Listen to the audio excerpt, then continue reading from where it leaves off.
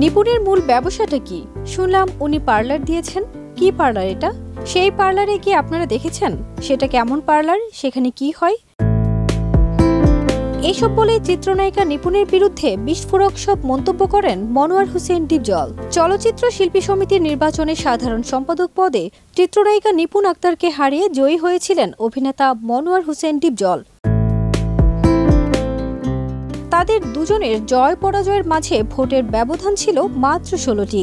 নির্বাচনের পরে ডিপজলকে ফুলের মালা গলায় পরিয়ে বরণ করে নিলেও মাস ঘুরতেই সুর পাল্টে যায় অভিনেত্রীর। নির্বাচনে অনিয়মের অভিযোগ করে আদালতে রিট দায়ের করেন তিনি। প্রথমে ডিপজলকে অশিক্ষিত বলে মন্তব্য করেন নিপুণ। এর জবাবে নিপুণের পেছনে বড় শক্তি আছে বলে দাবি করেন ডিপজল। দুজনের তর্কের লড়াই এখানেই থামেনি।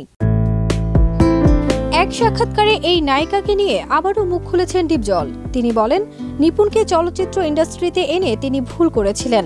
এখন তিনি আর নিপুণকে চিনেন না। এমনকি অভিনেত্রীর মূল ব্যবসা কি তা নিয়েও তুলেছেন প্রশ্ন। তার পার্লার রয়েছে, সেখানে কি কাজ হয়, কেমন কাজ হয়, তিনি এই ব্যাপারেও সন্দেহ প্রকাশ করেছেন। ডিপজল আরও বলেন, শিল্পী সমিতির চেয়ারের টাকা পয়সা বলে কিছু নাই। এটা একটা ইজ্জত। আমার নির্বাচন করার ইচ্ছে ছিল না, তবুও নির্বাচন করলাম, কারণ গতবার অনেক অনিয়ম দেখেছি, যে কারণে এবার সাধারণ সম্পাদক পদে নির্বাচন করলাম। নিপুণের করা রিটের প্রেক্ষিতে সমিতির সাধারণ সম্পাদক পদটিতে স্থগিতাদেশ দেয় আদালত। পরে ডিপজলের দায়িত্ব পালনে নিষেধাজ্ঞা আদেশ স্থগিত করে চেম্বার আদালত।